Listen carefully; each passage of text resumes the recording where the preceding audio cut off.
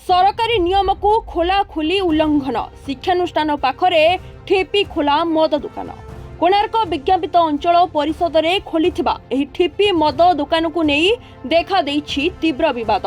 सबुठारु बड़ प्रश्न कहा इंगित रे मद दुकान को मिली अनुमति। सरकारी गाइडलाइन अनुଯାयी कौनसी मद दुकान शिक्षानुष्ठान 500 मीटर मध्य खोली पारिब नाही, किंतु एठारे मात्र 300 मीटर दूर रे सरकारी और बेसरकारी स्कूल पाखरे खोला होईछि एही मद दुकान। यार सीधा सड़क प्रभाव कोनी कोनी छात्र छात्री युवपीढ़ी साधारण लोकंक उपरे पड़ुछि। तेबे आगामी दिन में जदि एही मद दुकान को हटा न जाए बिजु जनता दल पक्षरु आंदोलन करिवे बुली चेतावनी दैछन्ति।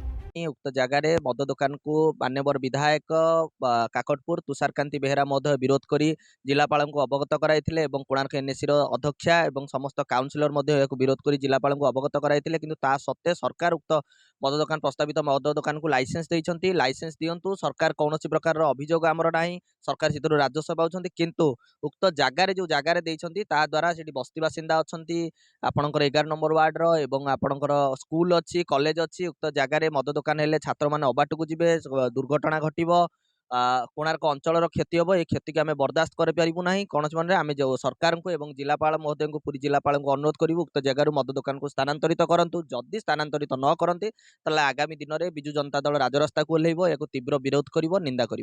कोणार्क गोटे आमर विश्व पर्यटन स्थल जे कि आप देखुं जो आमर 11 नंबर वार्ड आपण बर्तमान सेठी जुणई बजार अच्छी आमर माकड़गोड़ी पंचायत रही आपण देखु सेठी जो स्कूल कॉलेज मंदिर अच्छा ये बर्तमान थाई कि जो लोक भी रोचे सी आज जदि ये सब मद दुकान से खोला हम पिलामानकर स्कूल पिलामानकर भविष्य कौन से माने कौन शिक्षा पाइबे।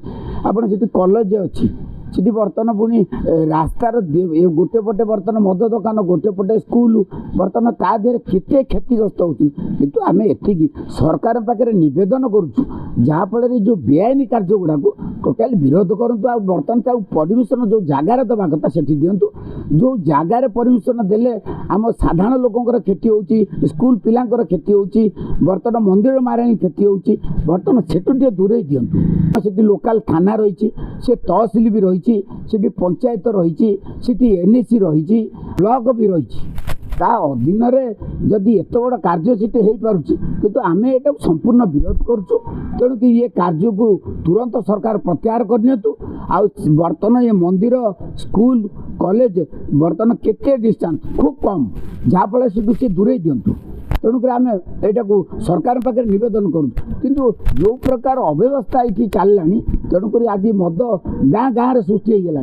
बर्तमान प्रत्येक छोट टू बड़ पर्यंत मद बर्तमान तेणु पाखे आप जोगे दौरान से जहाँ तो जोगेले ये मंदिर बर्तमान स्कूल ए कॉलेज शिक्षा केन्द्र गुड़ा दूरे रखु। जदि दूरे आगे न रखिए आगे भयंकर किंतु समस्त गुरुदायित्व अच्छी। गोप्रो जयंत कुमार सेठिंग रिपोर्ट रिपोर्टर्स टुडे।